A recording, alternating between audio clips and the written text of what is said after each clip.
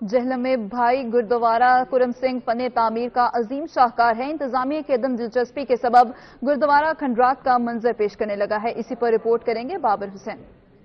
قیام پاکستان سے قبل دریا جہلم کے کنارے تعمیر ہونے والا گردوارہ بھائی کرم سنگھ تاریخی اہمیت کا حامل اور فن تعمیر کا شاہکار ہے، جو کہ حکومتی توجہ نہ ہونے کے باعث اپنی اصلی حالت کھو چکا ہے اور کھنڈرات کی منظر کشی پیش کر رہا ہے۔ انگریزوں کے دور حکومت میں تعمیر ہونے والی عمارت 1935 کے بعد آج تک اس عمارت پر نہ تو توجہ دی گئی اور نہ ہی اسے اثر نو تعمیر کرنے کے لیے کوئی اقدامات کیے گئے ہیں۔ جی بھائی کرم سنگھ دا جڑا گردوارہ ہے دا آرکیٹیکچرل جڑا سٹائل ہے بہت کمال ہے، اور اس کو جدو دیکھی دا ہے تے جڑیاں پرانیاں یاداں نے نا وہ آ جاندیاں نے، اور اس ہنر دا پتہ لگتا ہے کہ جس خوبصورتی دے نال جس نیت نال اینوں بنایا گیا ہے۔ گردوارہ میں لگے دروازے، کھڑکیاں، اونچی چھتیں اور روشن دان فن تعمیر کا ایک شاہکار ہے، لیکن گردوارہ کی عمارت جہاں کھنڈرات کی منظر کشی کر رہی ہے تو دوسری جانب کھڑکیاں دروازے چوری ہونے کے ساتھ ساتھ چھتیں بھی گر چکی ہیں۔ پاکستان تحریک انصاف کے دور حکومت میں سابق وفاقی وزیر فواد چودھری کے نوٹس پر سکھ کمیونٹی نے 5 لاکھ برطانوی پاؤنڈ تاریخی عمارت کی تزئین و آرائش کے لیے دیے تھے، جو کہ سابقہ گورنر چودھری